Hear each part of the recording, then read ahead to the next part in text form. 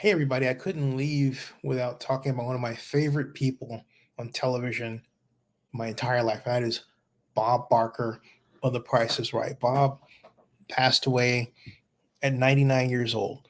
And I, there have been so many people passing away and quite literally mounting up this mental list of laws I've got to make to celebrate their lives.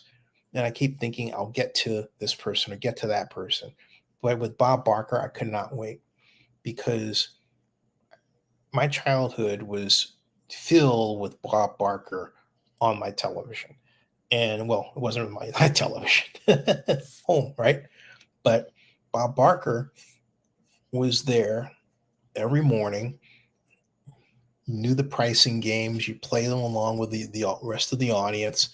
And what Bob communicated for me was the kind of person that I wanted to be. You know, you read these takes and these bits of news about him that are supposed to put him in a bad light, and they actually wind up to me putting him in a good light. Because Bob Barker, for me, was and is the symbol of American professionalism. I mean, think about it. It's right there in our face. American professionalism. What do I mean? This impeccably dressed suit, tie, right there. Okay. This is Bob Barker. His suits are not cheap. He properly puts his handkerchief in his lapel pocket. He wears his ties, and his ties come down to the right length. They come down at the right, billowing out from his collar. His collar is placed so that it is inside his suit. His Look at his cufflinks. They are just outside and just on his hands, but note that his sleeves of his suit do not overlap them. This is how you're supposed to look. This is the picture of American professionalism. Bob Barker pulled this off every day of the week on The Price is Right before millions of people, and he did it with aplomb. He did it with grace. He did it with style, and he did it with a smile. And yet, he did it with a constant social conscience in his head.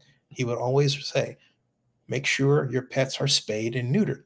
He would always remind you to do things that would help improve society, particularly with respect to how we treat our, as he would put it, our four-legged friends. And he was constant about it. Bob has weathered his share of unfair accusations. But I will tell you this. I never perceive Bob as racist. I don't, and there's a reason for that because when you grow up in those days, you don't have the internet. You react to a person you see on television. You think, okay, that person's not going to treat me in a way that's bad. And the good news is that there are no reports or any encounters I've ever heard of that Bob Barker did that.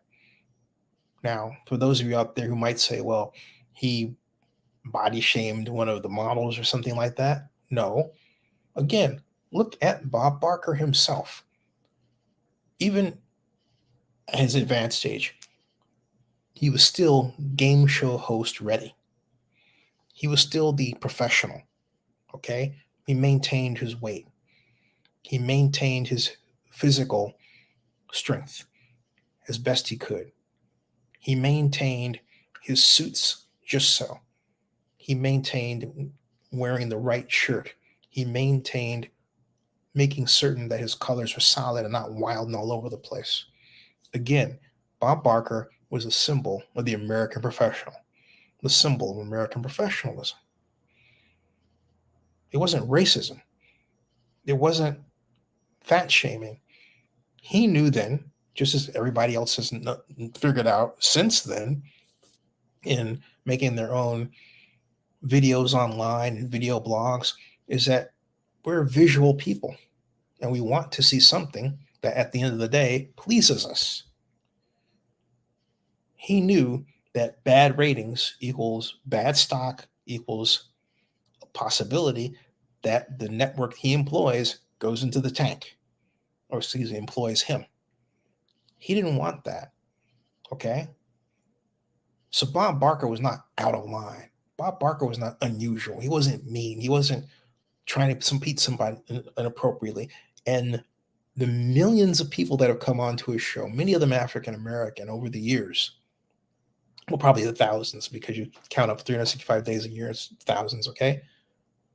You tell me one time when he had somebody black on the show and he made them feel like less than, or he didn't make them feel special. He didn't put on that smile. And if you would say, well, that's his job, I would say precisely. Because a person who's racist doesn't think in terms of, well, that's my job, I got to be nice. That person doesn't care because they're so busy caring about their own racial issues that are the product of mental illness. That was not Bob Barker.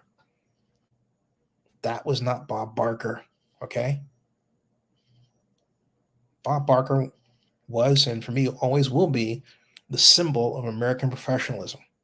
So when you think of Bob, get your right suits, wear your ties so that they point right at the belt buckle and they don't overlap the belt buckle.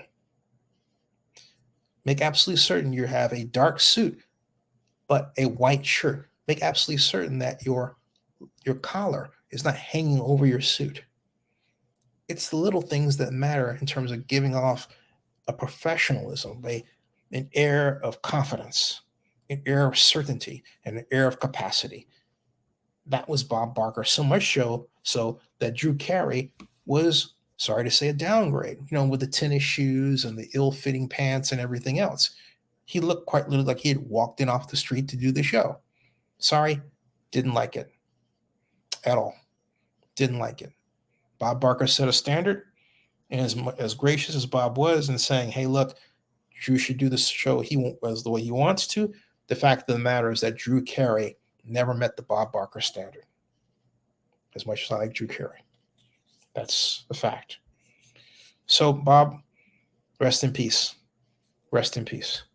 You will never die. You have never died. You will always be with us.